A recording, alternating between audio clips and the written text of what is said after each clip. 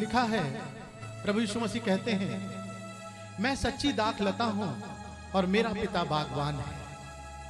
वह उस डाली को जो मुझ में नहीं फलती काट देता है और उस डाली को जो मुझ में फलती है छांटता है, जिससे वह और भी अधिक फल उत्पन्न करे। Hallelujah, hallelujah. प्रभु का वचन कहता है कि वो दाखलता है।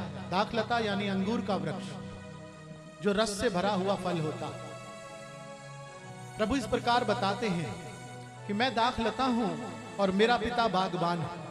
पिता कौन? परमेश्वर। हालेलुया। वह उस डाली को जो मुझ में नहीं फलती काट देता है और जो मुझ में फलती है उसे छांटता है, जिससे वे और भी अधिक फल उत्पन्न करे। हालेलुया।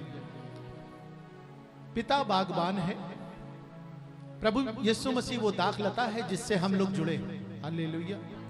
और हम वो डालियां हैं।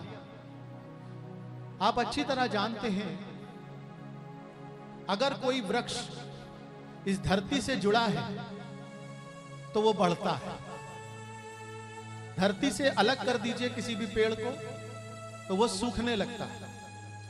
उसी प्रकार एक फल जो पेड़ से जुड़ा रहता है वो बढ़ता है, उसमें रस आता है और वो एक समय खाने योग्य बन जाता है। उसमें सारे विटामिन, सारे गुण आ जाते हैं।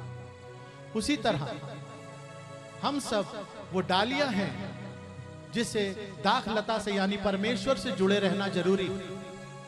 संसार में बहुत से लोग परमेश्वर को जानते नहीं। शास्त्र बताते हैं एक ही ईश्वर है, लेकिन फिर भी मनुष्य इस बात को समझ नहीं पाता। वो सोचता है बहुत सारे ईश्वर हैं। शास्त्र बताते हैं एक ईश्वर है, और वो ईश्वर जब तक हम नहीं जानते, जब तक हम उससे जुड़े नहीं रहते, हम सूखते हैं। हमारे जीवन में दुख, परेशानियां, विपत्तियां और अंत में मृत्यु, अनंत मृत्यु मिलती।